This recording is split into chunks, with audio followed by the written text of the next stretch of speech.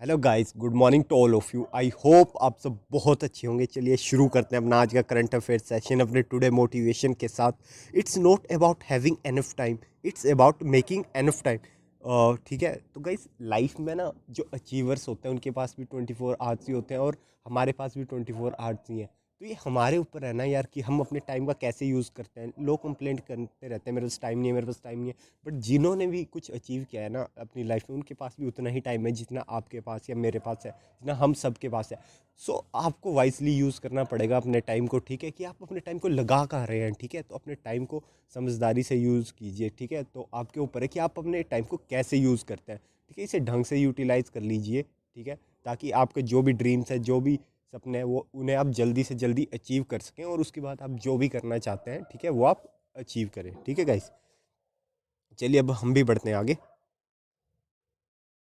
Army day is celebrated every year. तो army day हर साल मनाया जाता है आपका 15 जनवरी को। ठीक है, army day is celebrated on 15 January every year in recognition of field marshal के एम करियप्पा, देन लेफ्टिनेंट, उस टाइम जब ये लेफ्टिनेंट जनरल थे। ठीक है, तब से तो फील्ड मार्शल उनकी रिकॉग्निशन में बनाया जाता है। ठीक है, एंड टेकिंग ओवर एज, आपको पता ही, वो फर्स्ट कमांडर इन चीफ थे इंडियन आर्मी के। ठीक है, और आपको पता है क्या 75th ये आर्मी डे का जो सेलिब्रेशन हुआ, ये पहली बार ऐसा हुआ कि ये दिल्ली के बाहर हुआ है, ये बेंगलुरु में हुआ है पहली बार। ठीक है, और ये पहली बार है, तो हो सकता है मैं भी एग्जाम में ये क्वेश्चन पूछ लें। ठीक है, तो याद रखना इस बार 75th आर्मी डे का सेलिब्रेशन आपका बेंगलुरु कर्नाटका में हुआ है। और इसके अलावा आपको पता ही है कि 7th arm forces veteran day भी बनाया गया है 14 जनवरी को। ठीक है, और चीफ ऑफ आर्मी स्टाफ है हमारे general Manoj Pande, chief of naval staff है admiral R Hari Kumar, air chief marshal है वी आर चौधरी। ठीक है, और इसके अलावा और इम्पोर्टेंट डे 4 जनवरी को मनाया जाता है वर्ल्ड वैली डे। ठीक है, 5 जनवरी को मनाया जाता है नेशनल वर्ड से, 9 जनवरी को मनाया जाता है NRI डे। ठीक है, या प्रवासी भारतीय दिवस 10 जनवरी को मनाया जाता है वर्ल्ड हिंदी डे, और 12 जनवरी को मनाया जाता है नेशनल यूथ डे। और ये आप देखते हैं army day rate shifted out of Delhi for first time held in Bengaluru. ठीक है, तो इस चीज़ का आप ध्यान रखिएगा। Next question, eighth Vande Bharat express train connecting Secunderabad with, तो आपको बताना है कि जो 8वीं वंदे भारत है, ठीक है, जो प्राइम मिनिस्टर नरेंद्र मोदी ने हाल ही में फ्लैग ऑफ करी है। ठीक है, तो आपको बताना है वो सिकंदराबाद से कौन से रूट से कनेक्ट होती है। तो वो आपकी होती है सिकंदराबाद से विशाखापट्टनम। ठीक है गाइस, इस चीज़ का आप ध्यान रखिएगा। और आपको पता है कि हमने अभी थोड़े दिन पहले 7th वंदे भारत के बारे में पढ़ा है, जो कि वेस्ट बंगाल की पहली वंदे भारत ट्रेन थी, बट इंडिया की 7th थी, और अभी 8th भी लॉन्च हो चुकी है। ठीक है, train will be the 8th Vande Bharat express to be introduce by Indian railway and will be the first one. ये किसे कनेक्ट कर रही है? दो तेलुगु स्पीकिंग स्टेट्स को कनेक्ट कर रही है, एक तेलंगाना और आंध्र प्रदेश को। ठीक है, सिकंदराबाद से विशाखापट्टनम। ठीक है, the first Vande Bharat express train आपकी चली थी फेब 2019 में न्यू दिल्ली टू वाराणसी। ठीक है, और आप देख लीजिए विद इन 2-3 ईयर्स ये 8th वंदे भारत चल पड़ी है। ठीक है, और आपको पता है कि इसका जो डिज़ाइन है वो इंडिजीनियसली डेवलप है, मतलब कि इंडिया में ही इसका डिज़ाइन डेवलप किया गया है। ठीक है, train set of Vande Bharat equip with state of art passenger immunity, मतलब इसमें जो पैसेंजर के लिए ना बहुत सही फैसिलिटीज़ दी गई है। ठीक है, एंड विल प्रोवाइड, आपको पता है, फास्टर है, कंफर्टेबल है ना, कन्वीनियंट ट्रैवल है, एक्सपीरियंस होता है इसमें। ठीक है, और state of art safety major भी दिए गए हैं। आपको पता ही है कि इसमें indigenously develop train collision avoidance system लगा है जिसका नाम है कवच। हो सकता है कभी आपसे कवच के बारे में पूछ ले, तो क्या है वो? ट्रेन कोलिजन अवॉइडेंस सिस्टम है कवच। ठीक है guys, Vande Bharat train have created a new identity of speedy efficiency and convenience. ठीक है, तो आपको पता ही है कि वंदे भारत जो है ना, 0 से 100 सिर्फ 52 सेकंड में कवर कर लेती है, मतलब ये स्पीड पकड़ लेता है, और 180 किलोमीटर पर आवर की इसकी स्पीड है। तो आप अंदाज़ा लगाइए कि सिर्फ ये ना 0 to 100 किलोमीटर सिर्फ 52 सेकंड में स्पीड अचीव कर लेता है, और 180 किलोमीटर पर आवर। तो जो ये नया रूट है, ठीक है, वंदे भारत का, इसमें 700 किलोमीटर कवर करेगा सिर्फ 8 आवर्स में। तो कितना कन्वीनियंट हो जाएगा यार लोगों के लिए, है ना। और जब आपको पता है कि इंफ्रास्ट्रक्चर बनता है, जब ट्रेन हर जगह अवेलेबल होती है, तभी देश डेवलप हो पाता है। ठीक है, क्योंकि कनेक्टिविटी होगी पूरे देश में तभी तो देश डेवलप कर पाएगा। तो ये कनेक्टिविटी बहुत इंपॉर्टेंट पार्ट है। ठीक है, इंफ्रास्ट्रक्चर का, अगर इंफ्रास्ट्रक्चर डेवलप होगा तभी ग्रोथ होगी देश में। ठीक है, और under the make in India initiative, हाँ, इंडिया का टारगेट है कि ये 400 वंदे भारत मैन्युफैक्चर करेगा। तो ये बहुत सही चीज़ है कि 400 वंदे भारत पूरे इंडिया में चलेगी, तो आपको पता है काफ़ी बेनिफिट होगा, ठीक है। ट्रांसपोर्ट में बहुत सही रहेगा, जल्दी ट्रांसपोर्ट होगा, ठीक है। हमारा कंट्री मतलब जहाँ जहाँ नहीं है कनेक्शन, जहाँ जहाँ लोगों के पास, तो वहाँ वहाँ पहुँचेंगी रेलवे से, तो अच्छी चीज़ है। आप ये देख सकते हैं 8th Vande Bharat train. Indian railway to launch Bharat Gaurav tourist train, it will connect India with which country. तो Indian railway Bharat Gaurav tourist train चलाने वाला है, तो आपको बताना है Bharat Gaurav tourist train India से कौन सी कंट्री को तक चलेगी। तो ये चलेगी इंडिया से लेके नेपाल तक, ठीक है। इंडिया के अयोध्या से लेके नेपाल में जनकपुर है, वहाँ तक चलेगी, जनकपुर धाम, ठीक है। तो ये चलेगी next 17th of next month, ठीक है। तो इस चीज़ का आप ध्यान रखें, 17 फरवरी से चलने वाली है ये, ठीक है। ये पूरा टूर कराएगी श्री राम जानकी यात्रा का, ठीक है। अयोध्या से स्टार्ट होगी और जनकपुर तक चलेगी, ठीक है। और इसमें अयोध्या और जनकपुर धाम तो कवर ही होगा, इसके अलावा नंदीग्राम, सीता मारही, वाराणसी, प्रयागराज, ये सब स्टेशन भी कवर होंगे, ठीक है। The guest will be travelling about, इसमें आप अगर जाते हैं तो आप 2500 किलोमीटर का ट्रैवल करेंगे, ठीक है। नेपाल की कैपिटल क्या है? काठमांडू। नेपाल के प्राइम मिनिस्टर है पुष्पा कमल दाहाल, जिन्हें आप प्रचंडा के नाम से भी जानते हैं, ठीक है। और ये रहा आपका नेपाल मैप में, ठीक है। इंडिया के साथ पूरी बाउंड्रीज लगी हुई है और चाइना के साथ नेपाल की, ठीक है। एक लैंडलॉक कंट्री है Nepal. India to send 3% to 6000 metre below sea level under which mission, ठीक है। तो अभी तक आपने सुना होगा सिर्फ आसमान में मिशन जाते हैं, ठीक है, हमारे चंद्रयान वगैरह, ठीक है। लेकिन अब समुद्र में भी हम मिशन भेजने वाले हैं, और उसका नाम क्या है उस मिशन का? तो उसका नाम है, आपको चंद्रयान से याद रख लेना है, समुद्रयान उसका नाम है मिशन का, ठीक है। तो इंडिया 3% भेजने वाला है 6000 मीटर बिलो सी लेवल, ताकि हम एक्सप्लोर कर सकें सी में कि क्या वहाँ पे कोई मिनरल या रिसोर्सेज पड़े हैं जिनका हम यूटिलाइज कर सकें। तो ये समुद्रयान मिशन के अंडर होगा, ठीक है। और ये नेक्स्ट ईयर्स में हो जाएगा, ठीक है। Earth science minister doctor Jitendra Singh ने बताया कि जैसे कि ऊपर चंद्रयान में जाने के लिए हमने चंद्रयान 2 बनाया था, ठीक है, वैसे ही समुद्र में जाने के लिए जो हमने व्हीकल बनाया है उसका नाम है मत्स्य 6000, ठीक है। 6000 इसलिए क्योंकि 6000 फीट तक वो नीचे जाएगा, ठीक है, मीटर तक, ठीक है। और मत्स्य उसका नाम है, ठीक है। The vehicle is wing design and develop by the national Institute of ocean technology Chennai. ये भी डायरेक्ट क्वेश्चन पूछ सकते हैं कि कौन किस इंस्टीट्यूट ने डेवलप किया है मत्स्य 6000, ठीक है। या पूछ सकते हैं मत्स्य 6000 क्या है। तो ध्यान रखिएगा, एक व्हीकल है जिसके थ्रू समुद्र में जाएंगे, ठीक है, हमारे एक्सप्लोर करने 3%, ठीक है। और ये डिज़ाइन और डेवलप किया है NIO, ठीक है, national Institute of open technology Chennai ने, ठीक है। और इसमें मतलब इतनी एंड्योरेंस है कि 12 आवर अंडर नॉर्मल ऑपरेशन और 96 hour in case of emergency, ये ह्यूमन सेफ्टी प्रोवाइड कर सकता है, ठीक है। सेंटर ने अप्रूव कर दिया है डीप ओशन मिशन, ठीक है। और इसके लिए बजट दिया गया है total 4000 crore rupees for 5 year, 5 सालों के लिए 4000 करोड़ का बजट दिया गया है। क्योंकि आपको तो डीप सी में, ओशन में बहुत अपॉर्चुनिटीज़ है, ठीक है, बहुत एक्सप्लोरेशन करी जा सकती है, बहुत रिसोर्सेज है, तो उन्हीं को बस फिगर आउट करना है, ठीक है। और इंडिया है, आपको इंडिया को के बारे में आपको पता ही है कि इंडिया की जो मैरी टाइम पोजिशन है, ठीक है, over 7000 kilometre long coast line है, ठीक है। इसके अलावा इंडिया की जो मतलब कोस्ट लाइन है वो 9 कोस्टल स्टेट्स में टच करती है ना। इंडिया की 9 कोस्टल स्टेट्स हैं, ठीक है, जो समुद्र से टच करती है। और इसके अलावा 1382 1382 आइसलैंड्स है, ठीक है, 1382 आइसलैंड्स है, ठीक है। और 9 कोस्टल स्टेट्स है। आपको 9 कोस्टल स्टेट्स का तो ज़रूर पता होगा, लेकिन टोटल आइसलैंड आई थिंक सबको नहीं पता होंगे। तो 1382 आइसलैंड्स है, ठीक है। और ये हम कर रहे हैं ब्लू इकोनॉमी के अंडर, ठीक है।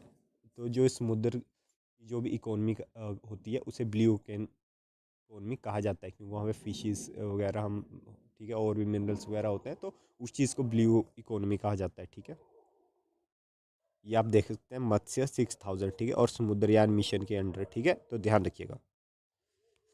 On 14 January which one observe the 59th foundation day. तो 59th फाउंडेशन डे हाल ही में बनाया है आपका FCI food corporation of India ने, ठीक है।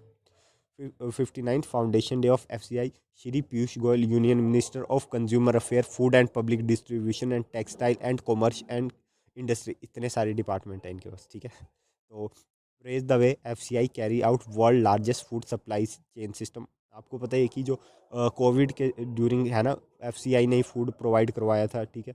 तो वो कौन सी स्कीम थी जिसके अंडर फूड प्रोवाइड करवाया था, तो वो थी प्रधानमंत्री गरीब कल्याण अन्न योजना, ठीक है। तो मतलब एफसीआई ने काफ़ी मतलब पूरा फूड प्रोवाइड करवाया था, ठीक है। फूड कॉरपोरेशन ऑफ इंडिया एक पब्लिक सेक्टर अंडरटेकिंग है, ठीक है, under the department of food and public distribution and ministry of consumer affair and food and public distribution के अंडर आती है, ठीक है। एफसीआई एक स्टैट्यूटरी बॉडी है, ठीक है। ये सेटअप करी गई थी 1965 में under the food corporation act 1964, ठीक है। It is a primary duty to undertake purchase, store, move, transport, distribute and sell food grains and other stuff. वही मतलब इसका काम है कि फूड को स्टोर करना, परचेज करना, बेचना उसे, है ना, डिस्ट्रीब्यूट करना लोगों में, ठीक है। ये सब एफसीआई का काम है। ऑब्जेक्टिव क्या है एफसीआई के, कि एक ढंग के प्राइस में ना मिले फार्मर्स को, ठीक है। इसके अलावा उनका मतलब ऑब्जेक्टिव है कि हेल्प करना transform in the crisis management oriented food security, कि हमारी कंट्री में हमेशा फूड सिक्योरिटी रहे और एक स्टेबल सिक्योरिटी सिस्टम रहे फूड के लिए, ताकि हर किसी कोई को हर किसी पर्सन को फूड अवेलेबल हो, वो उसे असेस कर सके और अफोर्डेबल प्राइस में मिल सके, ठीक है। ensuring food security of the nation by maintaining satisfactory level of operational buffer stock। Buffer stock का मतलब है कि पहले से ही स्टॉक ज़्यादा रखना, ठीक है। मतलब हाँ, कल को कोई प्रॉब्लम आ गई, जैसे कोविड आ गया, तो एफसीआई के पास फूड था, उन्होंने दिया डिस्ट्रीब्यूट, उसी को कहते हैं बफर स्टॉक, ठीक है। इसके अलावा distribution of food grain through out the country for public distribution system, ठीक है। और आपको पता है इस बार पीडीएस के अंडर 80 करोड़ लोगों को फ्री में फूड देगी गवर्नमेंट ऑफ इंडिया, ठीक है। और उस स्कीम का भी मैंने आपको नाम बताया था, ठीक है। तो कमेंट सेक्शन में कमेंट कीजिएगा, ठीक है। Effective price support operation for safeguarding the interest of farmer, ठीक है। ये सब ऑब्जेक्टिव एफसीआई के।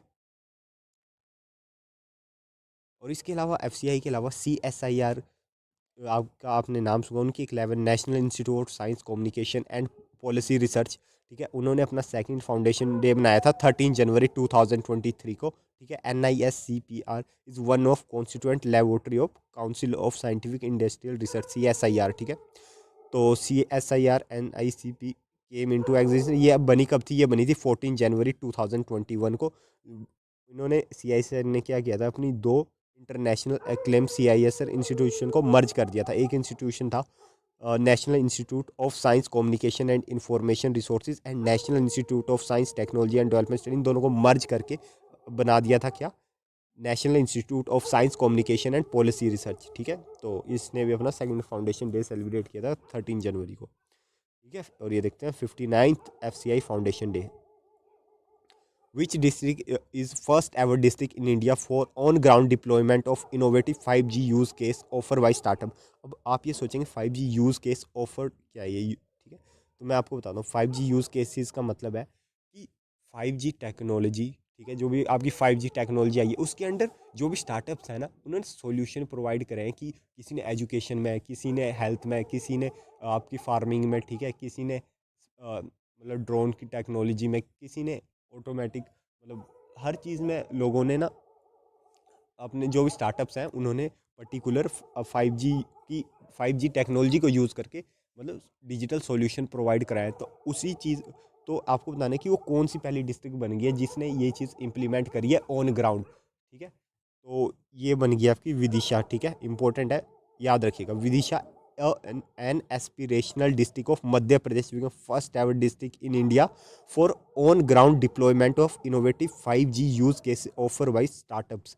a joint initiative by Vidisha District Administration and Center for Development of Telematics Department of Telecommunication under the guidance of Additional Secretary Telecom and Administration US of post to the successful demos of digital solution on 12 January 2023. Purchase cum service order and agreement have been signed with C. and 7 startups in the presence of following dignitary at Vidisha District Collectorate, ठीक है। तो वही है कि मतलब बात की जा रही है कि मैंने आपको बताया है कि स्टार्टअप्स आए थे वहाँ पे, उन्होंने बताया कि ये डिजिटल सॉल्यूशन हो सकते हैं, तो उसके बाद 7 स्टार्टअप चूज़ किए गए हैं, ठीक है, उनके साथ कोलैब करा गया है और ऑन ग्राउंड पहली बार विदिशा में ही 5G टेक्नोलॉजी का यूज़ हो रहा है, ठीक है, ध्यान रखिएगा। ये देख सकते हैं Vidisha first for on ground deployment of innovative 5 use cases, तो हो सकता है एग्जाम में क्वेश्चन बने, ठीक है, तो ध्यान रखिएगा। The government will open new Jan Aushadhi केंद्र in how many district across the country. तो गवर्नमेंट 651 डिस्ट्रिक्ट में जन औषधि केंद्र ओपन करने वाली है, ठीक है। गाइस मैं आपको एक बात बताना चाहता हूँ आज, आप कभी भी हॉस्पिटल जाते हैं, ठीक है, और आपका वहाँ जो भी आपको डॉक्टर प्रिस्क्राइब करता है ना मेडिसिन्स, ठीक है, तो आप वो जन औषधि केंद्र से खरीद सकते हैं। वहाँ पे आपको बहुत इकोनॉमिकल रेट में मेडिसिन मिल जाएगी, ठीक है, बजाय कि आप किसी स्टोर्स में जाएंगे, ठीक है। तो ध्यान रखिएगा, ये आपके लिए भी इम्पोर्टेंट है कि अभी भी जाएँ तो जन औषधि केंद्र से मेडिसिन खरीदें, ठीक है। मेडिसिन में कोई फ़र्क नहीं होता है, ठीक है, गवर्नमेंट अप्रूव है, सर्टिफाइड होती है, ठीक है। आप वहाँ जाके परचेज़ कीजिए, आपको सस्ती मिलेगी वहाँ पे, ठीक है, बजाय कि हम किसी मतलब ऐसे मेडिकल स्टोर से जाके लें, ठीक है। The government has invited online application for opening of the new Jan Aushadhi केंद्र इन 651 डिस्ट्रिक्ट अक्रॉस द कंट्री, ठीक है। प्रधानमंत्री भारतीय जन औषधि परियोजना, ठीक है, ये इस पूरे स्कीम का नाम है, जिसके अंडर ये ऑब्जेक्टिव था कि क्वालिटी जेनरिक मेडिसिन अवेलेबल कराई जाएगी अफोर्डेबल प्राइस सभी के लिए, ठीक है। Under this scheme more than 9,000 Jan Aushadhi केंद्र आर फंक्शन, ठीक है, 9,000 पहले फंक्शन कर रहे हैं, ठीक है। तभी मैंने कहा कि आप कभी जाए ना मेडिसिन लेके तो सर्च कर लीजिएगा, आसपास होते हैं जन औषधि केंद्र, ठीक है। और केमिकल एंड फर्टिलाइजर मिनिस्ट्री ने कहा है कि government has set target to increase, ये 9,000 से 10,000 करना है इन्हें, तो अभी 6151 डिस्ट्रिक्ट में शायद 1,000 तक ओपन होंगे, ठीक है। तो याद रखेंगे 651 डिस्ट्रिक्ट में, ठीक है। द प्रोडक्ट बास्केट ऑफ प्रधानमंत्री भारतीय जन औषधि परियोजना कंप्रोमाइज ऑफ, इसमें 1,759 मेडिसन है, ठीक है, लगा लीजिए 1,759 मेडिसन इसके अंडर कवर है, ठीक है, इन जन औषधि केंद्र में, और 280 सर्जिकल डिवाइसेस भी कवर है। तो मतलब बहुत वाइड रेंज है, तो मतलब बहुत मतलब बहुत कम चांसेस है कि जो आपको मेडिसिन डॉक्टर ने प्रिस्क्राइब करी हो शायद ना मिले। अदरवाइज देखिए ना आप, 759 मेडिसिन हैं इनके रेंज में कवर, तो 100% श्योर आपको मिलेगी मिलेगी, ठीक है। And the minister said the scheme provide an excellent opportunity of self-employment with sustainable and regular earnings, ठीक है। Under this scheme, a initiative of 5 lakh rupees is provided to the Jan Aushadhi केंद्र as financial assistance, ठीक है। 5 लाख रुपए भी देगी सरकार आपको असिस्टेंस के रूप में। इसके अलावा वन टाइम एडिशनल इनिशिएटिव मिलेगा 2 लाख रुपीज़ का, ताकि आप आईटी या इंफ्रास्ट्रक्चर पे स्पेंड कर सको, ठीक है। ओपन इन जो भी नॉर्थ ईस्टर्न स्टेट के लिए है ये एडिशनल, ठीक है। तो इस चीज़ का आप ध्यान रखेंगे, भारतीय जन औषधि परियोजना, ठीक है। 8th question, 1171 Indian peace keeper awarded UN medal for their exceptional service in which country. तो आपको पता ही है कि जब भी यूनाइटेड नेशन को पीस कीपिंग फोर्सेस चाहिए होती है तो इंडिया बढ़ चढ़ के अपनी सेना भेजता है, ठीक है। या तो यूएन में सिंपल है, बहुत सारी कंट्रीज है वो पैसा देती है, इंडिया मतलब, या फिर अपनी सेना, ठीक है, पीस, ताकि पीस मेंटेन हो सके पूरे वर्ल्ड में। तो जब भी यूएन को पीस कीपिंग फोर्सेज चाहिए होती है ना, तो मतलब इंडिया का नंबर सबसे ज़्यादा रहता है हमेशा ही, ठीक है। और आपको पता है इंडियन फोर्सेस मतलब सबसे आगे है यार, मतलब वो बहुत ही एक्सेप्शनल वर्क करते हैं, चाहे उन्हें किसी भी कंट्री में पोस्ट कर दीजिए आप, वो ये नहीं देखते फिर इंडियन सोल्जर कि हम इंडिया में है नहीं। जिस भी वो पीस कीपिंग कंट्री में जाते हैं वहाँ पे इंडियन आर्मी एक्सेप्शनल परफॉर्म करती ही करती है, ठीक है। तो इंडियन आर्मी तो है ही एक्सेप्शनल, ठीक है, मतलब हर जगह बेटर परफॉर्म करते ही करते हैं, ठीक है। सो अभी इसीलिए 1171 इंडियन पीस कीपर को, ठीक है, मतलब इंडियन सोल्जर्स को अवार्ड मिला है, ठीक है, मेडल मिला है, क्यों? उनकी एक्सेप्शनल सर्विसेज के लिए। तो आप उन्होंने कौन सी कंट्री में वो पोस्टेड थे, तो वो पोस्टेड थे आपके सूडान में, ठीक है। तो इस चीज़ का आप ध्यान रखेंगे। United Nations mission in south Sudan, ठीक है, वर awarded United nation medal for their exceptional service. तो साउथ सूडान में वो पोस्टेड थे, ठीक है। 1171 Indian have receive UN medal for the vital work in upper Nile south Sudan, ठीक है। UN peace keeping began in 1948, ठीक है, 1948 से मिशन शुरू हुआ है पीस कीपिंग के, ताकि वर्ल्ड में पीस मेंटेन हो सके। When the UN security council authorise for the deployment of UN military observer in the Middle East, it help to bring country from conflict to difficult path of peace. It deploy soldier and police from all over the world from the peacekeeping, ठीक है। India's permanent mission to the UN said that a platoon of women peacekeeper being deployed in अबई। तो आपको पता ही है ना, हमने भी पढ़ा था अबई सूडान में अभी इंडिया की लार्जेस्ट वुमेन कंटीजेंट को अभी पोस्टेड किया गया था, ठीक है। तो वही बात है कि इंडियन सोल्जर्स एक्सेप्शनल परफॉर्म करते ही करते हैं, और यूएन को जब भी पीस कीपिंग के लिए ज़रूरत होती है फोर्सेस की, तो वो सबसे ज़्यादा इंडिया पे ट्रस्ट करते हैं, क्योंकि इंडियन सोल्जर्स बियॉन्ड अपनी लिमिट्स को क्रॉस करके भी परफॉर्म करना जानते हैं, ठीक है। तो इसीलिए इंडियन सोल्जर्स तो है ही ग्रेट, ठीक है। सो आपको पता है कि अभी वुमेन पीस कीपर्स को भी ये अब तक का लार्जेस्ट ट्रूप था 2007 के बाद, जो इंडियन पीस सूडान में अभी पोस्टेड हुआ है, ठीक है। India is among the largest troop contributing country to the UN peacekeeping mission, and its peacekeepers are lauded for the outstanding work and for going above and beyond their duty and serving in their mission. वही बात जो मैंने अभी आपसे share करी, ठीक है।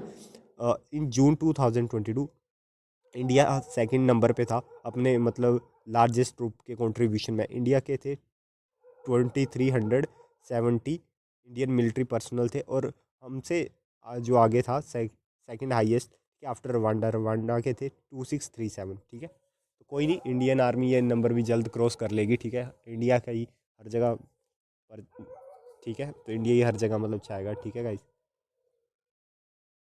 और ये देख सकते हैं आप मैप में सूडान, ठीक है, अफ्रीकन कंट्री है एक। Ninth question, which Indian batsman equally master blaster Sachin Tendulkar record of slamming 20 one day international century only home soil, ठीक है। तो वो कौन से बैट्समैन हैं जिन्होंने सचिन तेंदुलकर के इक्वल सेंचुरी लगा दी है, 20 सेंचुरी वनडे इंटरनेशनल सेंचुरी लगा दी है अपने होम ग्राउंड में। एक्चुअली ये 20 नहीं, अब ये 21 हो चुकी है, ठीक है। मैं आपको नेक्स्ट क्वेश्चन में बताऊंगा। तो ऐसा करने वाले हैं विराट कोहली, ठीक है। Virat Kohli equal master blaster Sachin Tendulkar record of slamming 20 one day international century on the home soil, ठीक है। Kohli record 100 in just 80 balls against Sri Lanka in the first ODI of 3 match series, ठीक है। तो विराट कोहली की इस टाइम सचिन तेंदुलकर के बराबर, उनसे ज़्यादा हो चुकी है इस टाइम, ठीक है, वनडे इंटरनेशनल में, ठीक है। Kohli took only 99 inning to score 20th ODI 100 on the home soil, while Sachin did in 160 innings, ठीक है। कोहली के इस टाइम 73 सेंचुरी हो चुकी है, ठीक है, जिसमें से मतलब आप देखेंगे तो 46 ओडीआई है, 27 टेस्ट की है और एक T20 की है, ठीक है। और सेकंड ओनली टू तेंदुलकर, आपको पता है सचिन तेंदुलकर तो क्रिकेट के गॉड है, उनकी इस टाइम 100 सेंचुरी है ओवरऑल सारे फॉर्मेट्स में, बट कोहली की भी 73 हो चुकी है, ठीक है। और आई होप अगर कोहली भी शायद इस 100 तक क्रॉस कर ले, ठीक है। Virat Kohli now has 10 century against Sri Lanka compare to 8 by Tendulkar. तो सचिन तेंदुलकर ने श्रीलंका के अगेंस्ट 8 सेंचुरी लगाई थी, तो विराट कोहली अभी 10 लगा चुके हैं, ठीक है। तो आप देख सकते हैं Virat Kohli shatter Sachin Tendulkar twin world record with 46 ODI century, ध्यान रखिएगा। Which cricket team made new world record for biggest margin of victory in ODI cricket in terms of run. तो हर जगह इंडिया ही छाया हुआ है, ठीक है। तो इंडियन टीम ने हिस्ट्री क्रिएट कर दिया है, ठीक है। इंडिया ने एक नया वर्ल्ड रिकॉर्ड बनाया है। इन्होंने 370 रन से 1317 रन से श्रीलंका को हराया। बहुत बड़ा मार्जिन है, बहुत बड़ा मार्जिन है, ठीक है गाइस। इंडिया ने 390 का स्कोर करा, ठीक है, 5 विकेट पे, और श्रीलंका को सिर्फ 73 में ऑल आउट कर दिया टीम इंडिया ने, ठीक है। तो मतलब बहुत बड़ा मार्जिन है, तो आप ध्यान रखेंगे। हो सकता है एग्जाम में आपसे क्वेश्चन पूछ ले, जो क्रिकेट देखते हैं उन्हें तो ये चीज़ याद रहेगी, जो क्रिकेट नहीं देखते उनके लिए याद रखिएगा, ठीक है। बहुत बड़ा स्कोर है, तो हो सकता है एग्जाम में डायरेक्ट पूछ ले कि कौन सी टीम ने या फिर इंडिया ने किस टीम को हराया था, ठीक है, जो इतने बड़े स्कोर से, ठीक है। या फिर पूछ सकते हैं मैच कहाँ पे होता है, तो इंडिया में ही वो हो रहे हैं ये मैच, ठीक है, तो ध्यान रखिएगा। ये ओडीआई की सीरीज़ थी, तो इंडिया ये ओडीआई की सीरीज़ पूरी जीत चुका है, ठीक है। तीनों मैच इंडिया ने ही जीते हैं, ठीक है। इंडिया वस Sri Lanka third ODI, India have beaten Sri Lanka by 317 run, ठीक है। तो वो मैं आपको बता रहा था ना कि वो विराट कोहली की 20 सेंचुरीज नहीं और 21 हो चुकी है, क्योंकि विराट कोहली ने जो कल का मैच हुआ उसमें भी सेंचुरी लगाई है, ठीक है। उसमें भी उन्होंने 166 रन बनाया 110 बॉल्स में, ठीक है। और इसके अलावा जो मोहम्मद सिराज है उन्होंने भी 4 विकेट ली, ठीक है। और इससे पहले जो इंडिया से पहले ये जो स्कोर था ना, ये अफगानिस्तान को जो थे, अफगानिस्तान कंट्री, उन्हें बीट किया था ऑस्ट्रेलिया ने बुरी तरह 257 रन से इन पर्थ इन मार्च 2015 में। लेकिन अब 2023 में इंडिया ने 317 रन से मतलब हरा दिया है, तो बहुत बड़ा मार्जिन होता है यार 317 रन, ठीक है। तो ध्यान रखिएगा इस चीज़ का, ठीक है। ये आप देख सकते हैं प्लेयर ऑफ द मैच भी विराट कोहली है, ठीक है। इन्होंने 166 रन बनाए हैं, ठीक है, और इंडिया वोन बाई 317 रन, तो ध्यान रखिएगा इस चीज़ को। और प्लेयर ऑफ द सीरीज भी कौन बने, विराट कोहली ही बने हैं, ठीक है। सो गाइस, आई होप आपको ये लेक्चर पसंद आया होगा। मिलते हैं कल सुबह 6 बजे अपने करंट अफेयर सेशन में, तब तक टेक केयर।